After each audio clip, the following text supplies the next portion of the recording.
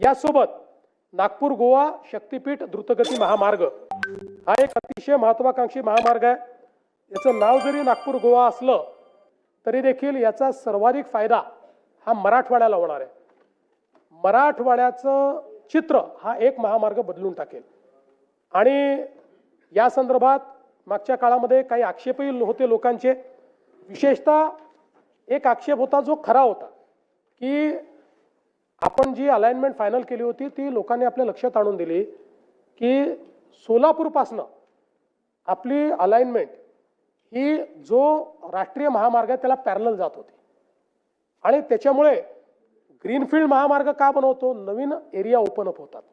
Greenfield महामार्गामुळे unconnected लोक त्याच्याशी कनेक्ट होतात आणि तिथे विकास जातो।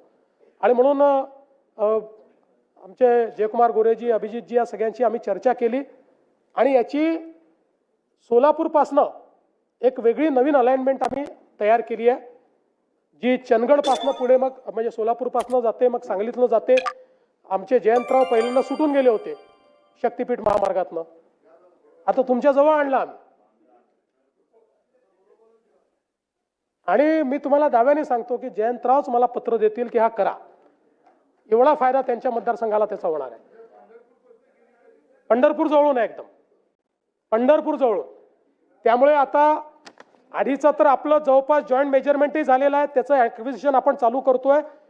ही जी नवीन अलाइनमेंट आहे या नवीन अलाइनमेंटचं आता आपण त्या ठिकाणी आणि पलीकडे तर चंदगड वगैरे त्यांनी मोर्चा काढूनच आमच्याकडनं महामार्ग न्या म्हटलं, त्यामुळे तिथे काही अडचण नाही आहे। आणि आता सांगतो, ज्यांच्याकडनं आम्ही अलाइनमेंट काढली आता तेही लोक आमच्याकडे आलेले आहेत आणि ते म्हणतात आता काढू नका, तुम्ही इथनंच अलाइनमेंट ठेवा। पण त्यांना आम्ही सांगितलं की तुमच्या विरोधामुळे आम्ही काढलेली नाही, हा अधिक फिजिबल आम्हाला मार्ग मिळालेला आहे। आणि गतिशक्ती प्लॅटफॉर्मवर तो मार्ग नेल्यामुळे गतिशक्ती प्लॅटफॉर्मचा काय फायदा आहे बघा, की जवळपास सगळी वन जमीन आम्हाला त्यातनं वगळता आली, अगदी थोडीशी वन जमीन आली आहे। त्यामुळे त्याचं परमिशन मिळणं अतिशय सोपं झालेलं आहे आणि खूप मोठ्या प्रमाणात हा मार्ग आपले सगळे शक्तीपीठं तर कनेक्ट करेलच, पण मी तुम्हाला सांगतो की विशेषतः जो दुष्काळी भाग आहे मराठवाड्याचा आणि पश्चिम महाराष्ट्राचा देखील त्याचं चित्र बदलणारा हा महामार्ग ठरेल। याचं काम हे या 2026 मध्येच सुरू झालं पाहिजे, अशा पद्धतीनं आम्ही हा प्रयत्न करतो। आपण बघा, या एका महामार्गामुळे आपला जो 18 तासाचा प्रवास आहे तो 8 तासावर येणार आहे। इतक्या मोठ्या प्रमाणात ही कनेक्टिव्हिटी। आणि सगळ्यात महत्त्वाचं काय, आपला लूप तयार होतोय। समृद्धी महामार्ग, नांदेड जालना मार्ग, हा महामार्ग याच्यामुळे महाराष्ट्रातल्या कुठल्याही जिल्ह्याला इंडस्ट्रीचा ॲडव्हान्टेज मिळणार आहे। आत्तापर्यंत इंडस्ट्री ही जिथनं पोर्ट कनेक्टिव्हिटी आहे किंवा लॉजिस्टिक कनेक्टिव्हिटी आहे तिथेच जात होती।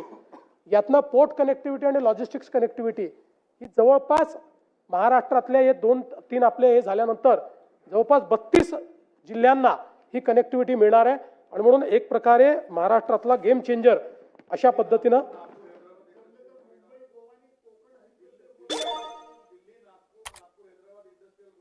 करणार आहे, तो केंद्राने अनाऊन्स केला तो।